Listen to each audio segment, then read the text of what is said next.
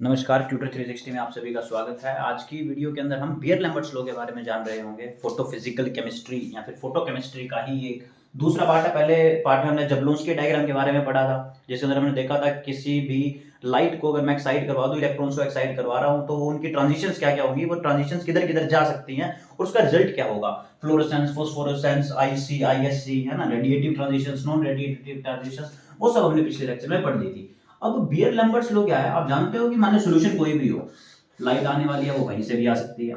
Light कहीं से भी आए, इस सोल्यूशन से आएगी और इस सोल्यूशन से पास आउट हो जाएगी। अब बियर लैम्बर्ट लॉ का काम क्या है कि ये जो एब्जॉर्प्शन प्रोसेस है, जो सबसे पहला प्रोसेस था, एब्जॉर्प्शन, सबसे पहला प्रोसेस एब्जॉर्प्शन प्रोसेस ही होता है।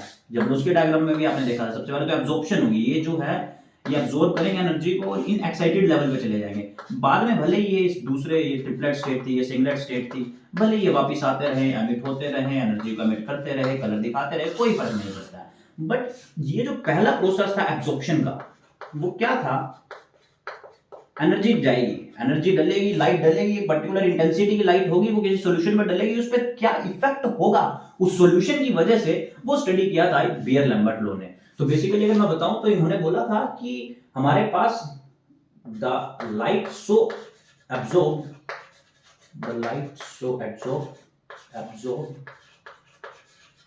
बाय सॉल्यूशन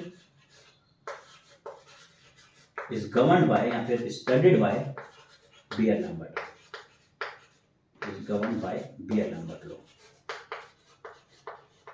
अब पढ़ना जरूरी है कि स्टडी तो किया था, अब स्टडी कर कर उस लाइट का क्या हुआ, वो लाइट टूटी गई, कम हुई, डिक्रीज हुई, क्या उसके साथ हुआ, वो सब बियर लैम्बर्ट लॉ ने बताया था। उन्होंने बताया कि सपोज करो यही एक सिस्टम है, यही एक सॉल्यूशन है, इस सॉल्यूशन की मैं थिकनेस बोल देता हूं, उसे डीएक्स मैंने थिकनेस बोल दी, कंसंट्रेशन थी इस थिकनेस की सी।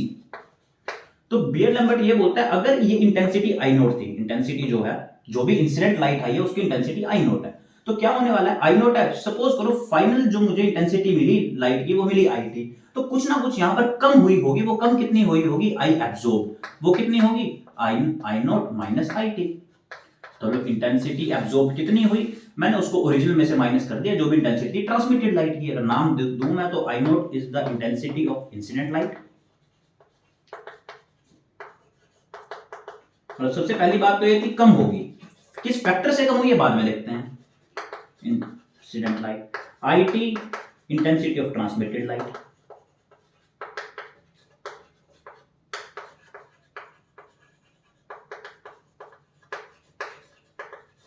And I A is the intensity of absorbed light.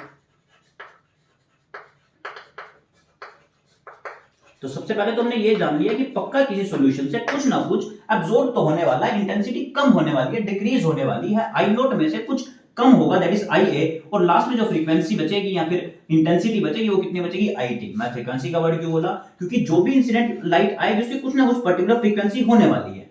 अब इस फ्रीक्वेंसी से क्या रिलेशन होगा, बिकॉज फ्रीक्वेंसी है तो वहां पर वेवलेंथ भी होगी। अब आप कलर की बात करते हो तो कलर कहां मिलते हैं, कलर हमेशा मिलते हैं यूवी विजिबल स्पेक्ट्रम में, UV and visible spectrum, visible region बोल दूं या फिर, तो इस रीजन के अंदर वो कलरिंग कैसे दिखाने वाली है, उस कलर की इंटेंसिटी क्या होने वाली है, वो बियर लैम्बर्ट लॉ ने स्टडी किया था। स्टडी करना क्या है, अभी तक हमने सिर्फ ये जाना है, या फिर स्टडी किया क्या, ये अब हम पढ़ने वाले हैं। तो आइए बियर लैम्बर्ट लॉ के बारे में पढ़ लेते हैं। एक बार ये हम जान चुके हैं कि हमारी इंटेंसिटी जो है वो डिक्रीज होने वाली है जैसे ही कोई भी लाइट किसी भी सॉल्यूशन पर जाकर टकराएगी। तो आगे चलते हैं। मान लो बियर लैम्बर्ट लॉ ने क्या बोला कि अगर मैं ये बोल दूं कि जो इंटेंसिटी है उसका चेंज है डी आई, फिर से वही सॉल्यूशन मैंने ले लिया, एक सॉल्यूशन था, ये इंसिडेंट लाइट थी जिसको मैंने आई नोट से दिया, यहां से आई टी निकला, इसकी कंसेंट्रेशन सी थी और इसकी थिकनेस जो थी वो थी डी एक्स। तो हमारे पास ये क्या बोलता है, D I means change, change in intensity, change in intensity. और अगर मैं इसको आई से डिवाइड कर दूं that means what, this is D I, and what is D I by I, that is rate of change of intensity, rate of change of intensity. अब change word से भी आपको ज्यादा कुछ घबराने की जरूरत नहीं है, वो डिक्रीज ही हो रही है, उस डिक्रीज को दिखाने के लिए मैं कहीं माइनस साइन ले आऊंगा, वो बाद में लेके आऊंगा, बट ये क्या बोला कि ये जो चेंज हो रहा है वो डायरेक्टली प्रोपोर्शनल होगा इसकी थिकनेस के, डीएक्स बोल दिया, कोई दिक्कत नहीं है मुझे। उसने ये भी बोल दिया इसका जो चेंज होगा वो डायरेक्टली प्रोपोर्शनल होगा कंसंट्रेशन के, मतलब जितनी ज्यादा कंसंट्रेशन उतना ही एब्जॉर्ब होने वाली है लाइट, जितनी ज्यादा थिकनेस उतनी ही ज्यादा एब्जॉर्ब होने वाली है, लाइक मतलब डिफरेंस ज्यादा होने वाला है, कोई दिक्कत नहीं है। जब इस प्रोपोर्शनैलिटी के साइन को खोला गया या फिर ये फर्स्ट इक्वेशन को इस सेकंड इक्वेशन को इक्विवेलेंट लिखा गया, तो मैंने यहाँ पर लिख दिया E minus C D X. अब ये माइनस क्यों लगाया? माइनस मींस कि कम हो रही है, ज्यादा नहीं हो रही। चेंज का मतलब क्या? डिक्रीज हो रही है यहाँ पर इंटेंसिटी। अब ये बन चुका है। अगर मैं इस प्रोपोर्शनैलिटी के साइन को खोजता हूँ तो कोई भी कांस्टेंट आता है, मैं इस कांस्टेंट में अल्फा डाल देता हूँ, कोई दिक्कत नहीं है, minus alpha C D X. तो मेरे पास ये एक्सप्रेशन आ चुका है किसका? अभी तक मैंने इसको इंटीग्रेटेड नहीं किया, बट ये पहला एक्सप्रेशन जो है वो बीयर-लैम्बर्ट लॉ का हमारे सामने आ चुका है। अब मैं क्या काम करता हूं, इसको इंटीग्रेट करवा देता हूं। मतलब ये हमने जो सॉल्यूशन देखा वो कुछ इंटेंसिटी के लिए देखा, अगर मैं कंप्लीट सॉल्यूशन की बात करूं तो इसको इंटीग्रेट करवाना पड़ेगा। इंटीग्रेट कहां से कहां तक करवाऊंगा मुझे पता है, आई नोट पहली थी, आई फाइनल थी, D I upon I. Maths में इंटीग्रेशन बहुत अच्छे से पढ़ते हैं हम। अब उसके बाद इंटीग्रेशन यहां भी लिया है, बट माइनस अल्फा और सी ये तो कांस्टेंट है, थिकनेस चेंज हो सकती है। मैं मान लूं कि जो थिकनेस है वो 0 से लेकर b तक थी, मतलब अगर ये मैंने मान ली तो इसकी लेंथ जो थी वो b थी इन द सेंस dx, तो अलग कुछ नहीं है। अगर आप जानते हो इंटीग्रेशन जब भी 1 अपॉन, अगर मेरे को x dx इसका इंटीग्रेशन करना है तो it will be ln x। तो इसका इंटीग्रेशन क्या होगा? ln x, और लिमिट लगाऊंगा दैट इज i नोट से लेकर i तक। ये माइनस अल्फा सी है, dx का इंटीग्रेशन x, इसकी लिमिट 0 से लेकर b तक। ln x means ln i minus ln I naught. This is minus alpha c and this is b minus 0. What is ln m minus ln n? This is ln m upon ln n. मतलब अगर मैं divide रखता हूँ log के साथ में किसी भी वैल्यू हो तो वो माइनस होती है, so this comes out to be ln I upon I naught and this is minus alpha c b। तो लास्ट एक्सप्रेशन मेरे पास ये आ चुका है। अभी भी ये फाइनल एक्सप्रेशन नहीं है, बट कई बार क्या होता है जो क्वेश्चन जो है वो इन बिटवीन द एक्सप्रेशन पूछता है, हमें इसकी फॉर्म्स गिवन होती है कि क्या ये हमारे पास बीयर-लैम्बर्ट लॉ है, तो इसलिए हमें छोटे मोटे एक्सप्रेशन जो है वो भी ध्यान रखने पड़ते हैं। बट अगर मैं इस ln को उठा के या फिर ln को पहले सोल्व करूं तो वो आएगा 2.303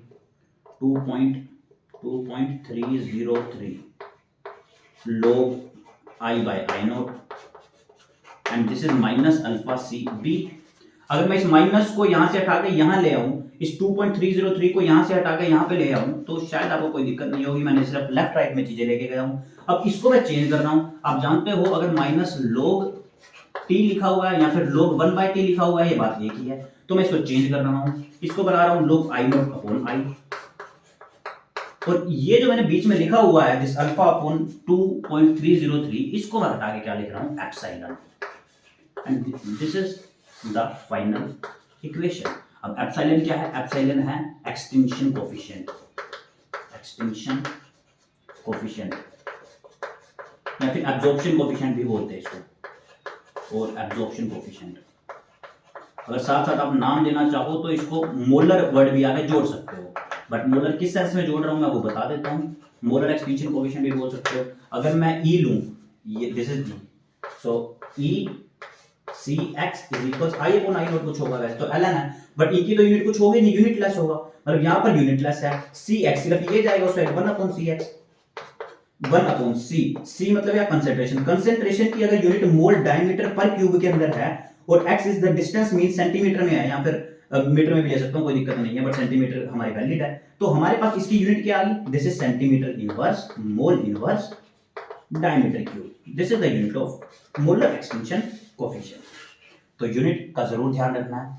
अब एक और फॉर्म इसकी पढ़ने वाले हैं, मोलर एक्सटिंक्शन कोफिशिएंट हमने पढ़ लिया। अच्छा, मोलर एक्सटिंक्शन कोफिशिएंट कोई आपसे पूछ ले ये किस किस फैक्टर के ऊपर डिपेंड करता है, तो आपको लिखना क्या है, ये सिर्फ और सिर्फ प्रोपोर्शनैलिटी कांस्टेंट है। प्रोपोर्शनैलिटी कांस्टेंट तो किस पे डिपेंड करने वाला है? नेचर ऑफ द मटेरियल पे। अब मटेरियल यहां पर क्या है? सोल्यूट है, सॉल्वेंट है, मींस सॉल्यूशन है। तो सॉल्यूशन के नेचर के ऊपर या फिर सोल्यूट के नेचर के ऊपर हम इसको डिफाइन करने वाले हैं। अब जब भी लो हटाता हूं, हमारे पास सबसे पहले एक चीज आती है एब्जॉर्प्शन, एब्जॉर्प्शन एंड ट्रांसमिटेंस। सबसे इंपॉर्टेंट चीज है बीयर-लैम्बर्ट लॉ की।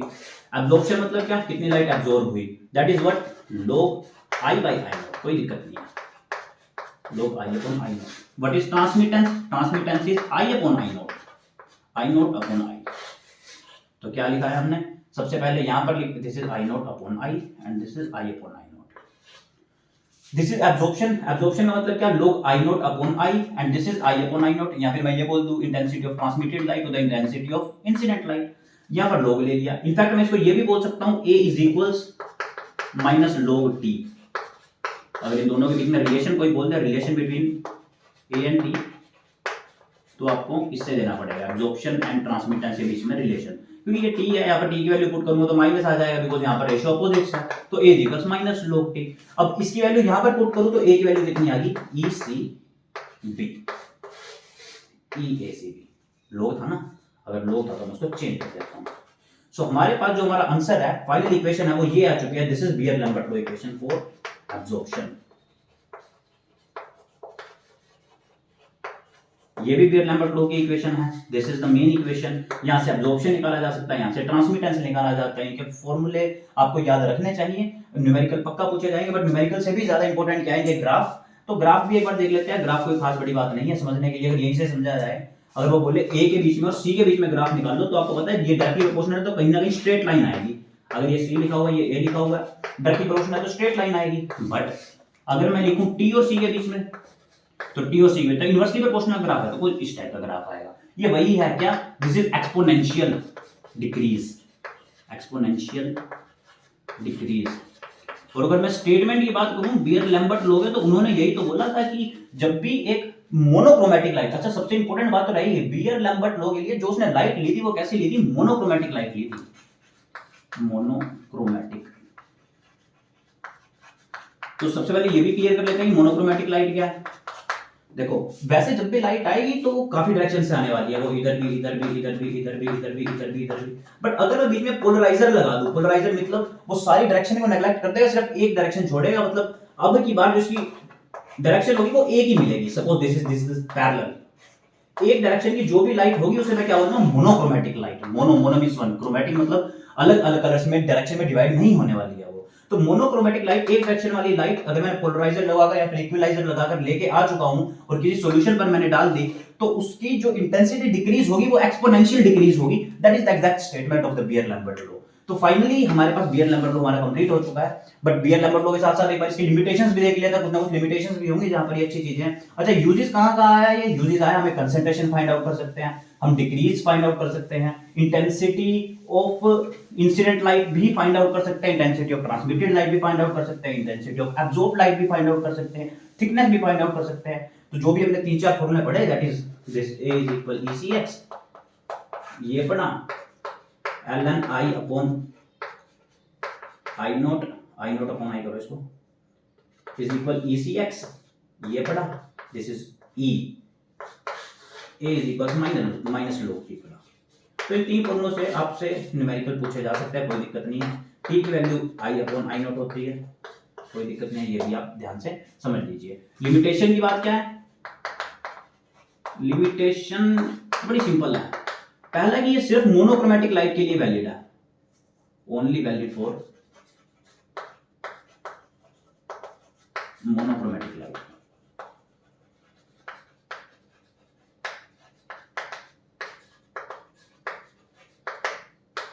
दूसरा ये है कि अभी हमने सॉल्यूशंस की बात की थी, जो भी हमने सॉल्यूशन बनाया था उसकी कंसंट्रेशन बहुत ज्यादा नहीं थी, कंसंट्रेशन लेस थी, या फिर मैं बोल दूं डिल्यूट था। बट क्या हो अगर मैं इसकी कंसंट्रेशन को बढ़ा दूं एट हाई कंसंट्रेशन। अब देखो एक सॉल्यूशन है, उसके अंदर अगर सोल्यूट की कंसंट्रेशन बढ़ा दूंगा तो कंसंट्रेशन बढ़ेगी सॉल्यूशन की, बट जैसे ही मैंने सोल्यूट डाला वो अपने आयंस में टूटेगा, और अगर वो आयंस में टूटा तो वहां पर इंटर आयनिक जो भी फर्दर आयंस वहां पर पड़े हैं सॉल्वेंट के ऑलरेडी, तो इंटर आयनिक अट्रैक्शंस या फिर रिपल्शंस वो देगा, इंटर आयनिक अट्रैक्शंस या फिर रिपल्शंस वो देने वाला है। अब अगर ऐसा होगा तो हमारे पास जो पहले ग्राफ बिल्कुल स्ट्रेट आ रहा था एब्जॉर्बेंस के लिए कंसंट्रेशन के रिस्पेक्ट में, अब वो स्ट्रेट नहीं आने वाला, वो हाई कंसंट्रेशन पर, इससे कंसंट्रेशन बढ़ रही है तो हाई कंसंट्रेशन पर कहीं ना कहीं वो थोड़ा सा डिफ्लेक्ट करने वाला है, इधर उधर जाने वाला है। तो ये ध्यान रखिए, 2 लिमिटेशन इसकी बहुत अच्छी है, एक ये कि मोनोक्रोमैटिक के लिए वैलिड, सिर्फ मोनोक्रोमैटिक लाइट के लिए वैलिड है, और दूसरा हाई कंसंट्रेशन पर ये लो काम नहीं करता है, उसके अंदर वेरिएशंस देखने को मिल सकती है। अगर आपको वीडियो अच्छी लगी हो तो लाइक शेयर सब्सक्राइब जरूर करें। धन्यवाद।